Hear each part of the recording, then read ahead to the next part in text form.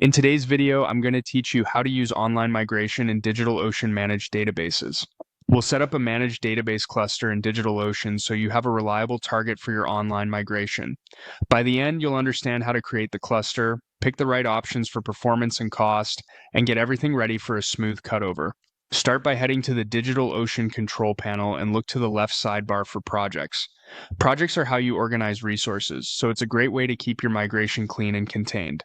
Open an existing project if you already have one for this work, or create a new project to keep your staging and production environments separate. Give it a clear, memorable name tied to your app or team so it's easy to find later. At the top of the project page, click Create, then choose Databases.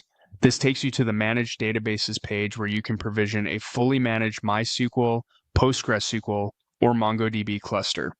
Using a managed service for your migration reduces operational overhead and gives you built-in backups, metrics, and scaling options, which all help with a safe, low downtime move. On the database selection screen, you'll see categories that group the available engines. For application databases, you'll find MySQL, PostgreSQL, and MongoDB. Streaming and caching options, as well as search and vector choices, are listed separately in case your architecture needs them. For this walkthrough, select MySQL so we have a concrete example. If your source database is PostgreSQL or MongoDB, the process looks very similar. Just pick the matching engine for your workload. Next, choose a configuration. You'll see tiers like Basic with shared CPU, General Purpose with dedicated CPU, and Storage Optimized with dedicated CPU. Basic is cost-effective and great for development, testing, or small production deployments. General Purpose suits most production applications that need consistent performance. Storage Optimized is ideal for very large data sets or heavy IIO workloads.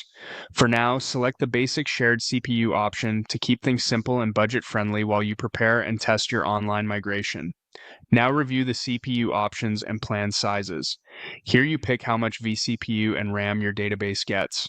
Think about your current workload, the size of your dataset, and any temporary spikes you'll see during migration. A slightly larger plan during migration can speed up initial imports and indexing. You can always scale down later once traffic stabilizes. Choose a plan that gives you comfortable headroom without overspending. Choose your storage size next. This is the disk capacity attached to your cluster. Make sure you have enough space for your data, indexes, any binary logs or WAL files generated during the migration window, and a safety buffer. If you're not fully sure, lean conservative but not too small. Running out of space mid-migration is painful. Consider enabling autoscale storage. Autoscaling lets the platform expand your storage automatically if you approach the limit, which helps prevent interruptions during a long data copy. If you turn it on, keep an eye on cost alerts so you're not surprised by growth. If you leave it off, monitor free space closely during the migration. Pick a data center region close to your application servers and, if possible, near your source database. Lower network latency speeds up data transfer and reduces replication lag during an online migration. Also consider compliance or residency requirements if your industry or customers have regional constraints.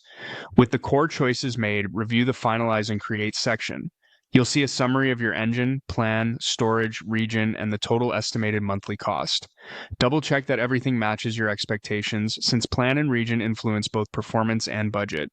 When you're ready, click Create Database Cluster.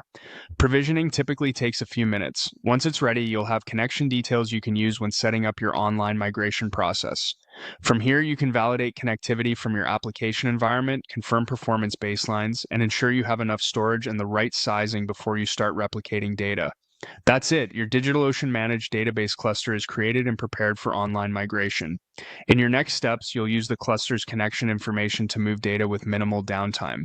Make sure to schedule your migration during a quiet window, monitor metrics as data flows, and plan a brief cutover once replication is caught up. Thanks for watching, and good luck with your migration.